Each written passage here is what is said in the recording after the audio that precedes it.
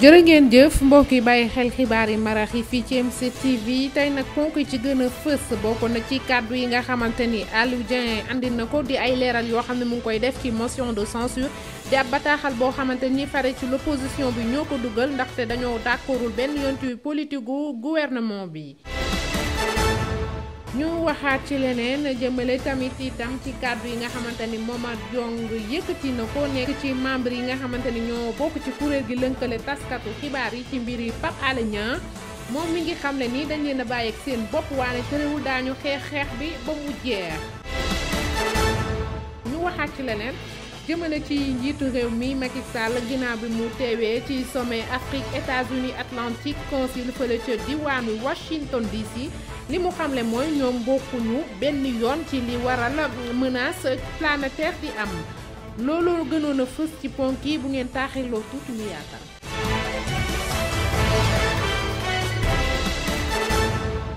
pencum ndawi réew ma lañu koy dooree Amadou Ba nag war na ne li tax ñu tabb ko njiital gouvernement bi ci bi ñu ko falee ci fukki fan ak juróom-ñaar ci weerub septembre ba léegi ndax moom mooy doxal politique gouvernement bi ginnaaw bi mu defee ab déclaration politique am naga ni démb cër bi ñu ko jox nag ñu ngi koy xaar ci moom mi ñu nga xamante ne moom lañ tabb njiital gouvernement ñoo ngi koy xaar ngir mu mën a lijjanti jafe-jafe yi nga xamante ne moo laxasu ci contexte politique bi ñu gis jamono ji ñu déglu Mamadou Albert Sy di ab analyste politique ci micro Henri Sène. Amadou Ba def na déclaration li ñu waxoon ci budget bi vote assemblée bi loolu daf ko dugal ci déclaration de politique générale donc léegi am na déclaration politique générale am na budget bi. wane na aussi naka la fas yéene liggéey ak gouvernement bi ak président bi ak assemblée loolu lañ doon xaar ci chef de gouvernement mënoo nekk chef de gouvernement mënoo nekk acteur politique responsable politique nga ne duñ la critiquer dinañ ko critiquer ça c'est sûr que ñu bari ci biir APR wala ci biir Benno wala ci gouvernement bi ñi nga xam ne dañu yaakaar ne que moom am na poste premier ministre dina xool fexe pour nekk président de la république bu Macky Sall nekkul candidat loolu critique yooyu moom du mënul ñàkk ci politique la da bokk léegi nag moom moo war a jël responsabilité pour wane que moom mooy chef de gouvernement que moom mooy coordonné moom mooy wax gouvernement bi doxalin bi naka la war a demee loolu responsabilité politique bu rëy la ba loolu dàqul nag su fekkente ne am na xeex seen biir pour ñu bëgg ko xeex ci biir APR wala ci biir mouvance présidentielle bi wala ci biir gouvernement bi moom moo war a jël responsabilité bañ a daw responsabilité que muy chef de gouvernement muy acteur politique moom moo war a jël ses ci responsabilité am wan ne que moom personnalité politique la su amee ambition warul nëbbatu warul nangu aussi ñu koy critiquer pour ñu dàq ko. ginnaaw bi député assemblée nationale yi pare ci déclaration politique générale bi njiital gouvernement bi doon amal askan wi nag jël nañu seen wàll ñoom itam di wax seen xalaat ci mbir yi naka lañ ko gisee ñu teewlu xalaat wi ci askan wi am ci micro Basile Mané ak Alioune Badara Ndiaye. déclaration de politique générale moom en général. da doon intervenir ay année avant sax ñuy wax fin au mandat quoi. Bon man personnellement am naa confiance ci moom mais nag 12 mois quand même pour une politique économique 12 mois gàtt na. waaw mais xam nga circonstance yi mu nekkee premier ministre moom la ñuy jëkk a jàngat. que ni bon man je me suis dit que ni dans un dafa am benn moment boo xam ne le président il se sentait peut-être un peu seul. Je reconnais qu'il a des qualités, mais moi, ce que j'approuve en lui, quand même, c'est son calme et sa modestie. Le problème du troisième mandat, c'est comme une épée de Damoclès qui pèse sur la tête des Sénégalais. Les gens n'ont qu'à avoir le courage de dire ce qu'ils pensent sur ça.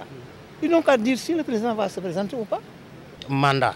waaw mais affaire mandat bi tamit boo gisee ni mu ci répondre léegi position bi mu ci am dafa xaw a wuute ak position bi mu ci amoon avant mu doon ñëw nekk premier ministre. troisième mandat bi moom vraiment bu ñu ko mënee teg ci suuf yaakaar naa ne mooy gën waaw teg ko ci suuf daal ci suma gis xam-xam bu gàtt. ba tey si mbiri assemblée la ñuy des ba tey xaatim bi ñu génne démb ngir politique bi gouvernement bi teg bari nañu ko nangul looloo waral sax ñu daal di dugal ab bataaxal ñenn ci opposition dugal ab bataaxal def ab motion de censure waaye Yewwi Askan Wi nag dañu ci selandiku ba set ci ni njiital gouvernement bi amalee ak firé ab déclaration ci li yoon constitutionnel bi xaatim numéro 2016-10 ci juróomi fan ci weerub avril ñu déglu kàddu yi Aliou Dieng yëkkati di ab jàngalekat te itam nekk juriste de formation ci téléphone wu Basile Mané. motion de censure bi boo gisee jamono yoo xëy ni lan ko mën a déposer à chaque fois que rek assemblée nationale bi gis na ne politique bi nga xam ne gouvernement bi mi ngi koy doxal gisu ci boppam gisu ci askan wi d'accord ci moom méngoowut ak bëgg-bëggu askan wi méngoowut ak dëgg méngoowut ak yoon. motion de censure boo ko déggee benn jëfandikuwaay la benn arme la boo xëy ni assemblée nationale bi constitution bi moo ko jox à travers l'article 86 am nga possibilité nga déposer benn motion de censure mais motion de censure bi pour ñu mën koo déposer il faut que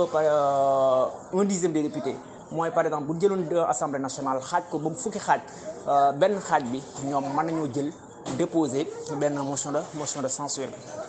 motion de censure bi nag bu ñu ko déposé am nañu délai ñaari fan muy juróom-ñetti fan fi ñu par ñu naan ko voté pour ñu vote boobu nag pour motion de censure bi mën a jàll il faut que ñu am majorité absolue c'est-à-dire ñi gën a bëri ci député yi bu ñu ko adopté rek motion de censure bi day jàll. motion de censure bi nag bu jàllee mooy day entraîner day yóbbu démission gouvernement bi parce que premier ministre moom day démissionner immédiatement bu rentrer sa démission gouvernement bi démissionner immédiatement. ci mbiri Pape Alé Niang la ñuy des ba tey bànqaas bi taskatu xibaar yi teg ngir ñu mën a bàyyi seen naataango bi di Pape Alé Niang jàll nañ ci leneen daanaka bi ñu doon wax ci coow li boobaak léegi yëngalul sax ñi yor àtte bi looloo waral sax seen naataango bi di Pape Alé Niang dellu ci kaso bi mu nekk loo xam ni day néewal doole pexe yi nga xamante ni taskatu xibaar yi teg nañ ko ak ñenn ñi bokk ci kuréel gi lënkale taskatu xibaar yi bàyyim nëgandiku bi nga xam ne ay avocaam sàkku woon nañu ko ngir ñu bàyyi Pape Alé Niang daanaka dañu ko acc ci juróom-ñeenti fan ci weeru décembre ba léegi ñu déglu leeral yi ci Ibrahima Lissa Faye di kenn ci ñi bokk ci kuréel gi lënkale taskatu xibaar yi yëkkati ci micro wu Basile Mané ak Alioune Badara Ndiaye. di leen xamal que ne démb Pape Alé Niang jëlee nañ ko ci clinique bi mu nekkoon delloo ko ca kaso Sébikotane et loolu nag ñi ngi ko def après manifestation bi nga xamante ne def nañ ko assemblée démb ci déclaration de politique générale bi premier ministre doon def Pape Alé ci boppam jël na décision boo xam ne moom du ci naru ci dellu ginnaaw jël na décision boo xamante ne c'est irrévocable que kat moom dootul génn cellule am et que bu fa waaye dee dina fa dee waaye dootul recevoir benn visite dootul jël benn soin dootul gis kenn cellule am foofu lay toog ba lu ko fay fekk ko fa. bàyyi bi ñu leen bàyyi ak seen bopp te dara sottiwul ci xeex bi ñu sumboon mu jur sax ñu bëgg a dakkal ak wane activité yi gouvernement bi amaloon ci alxamis ak àjjuma ji ñu jëm Momar Diong bokk ci kuréel gi lënkale taskatu xibaar yi andi na ci ay leeral. xeexatuñu pour ñu bàyyi Pape Alé Niang il faut que Sénégalais yi xam ko li ñuy xeex mooy sauver koo xam ni bakkanam dafa nekk ci xortu gerte. kon nag xel mën naa nangu xeex bi fi mu toll woon ñu yokk jéego yi parce que nag bakkan kenn mënu koo yemaleeg dara foofu lañ toll tey ci mbiru Pape Alé Niang ba tax na li ñu fas yéene def mooy tournée yooyu ñu commencé woon ci ambassade yi ak ci guide religieux yi dinañ ko continuer démb rek ñu ko ciy gërëm di ko sant archevêque de Dakar recevoir nañu noonu ñu ko defee ak moom dinañ ko def ak xalif général des Mourides def ko ak xalif général des Tidianes def ko ak xalif général Yoff Laayeen def ko itam ba ci Medina Baye ak bépp kër diine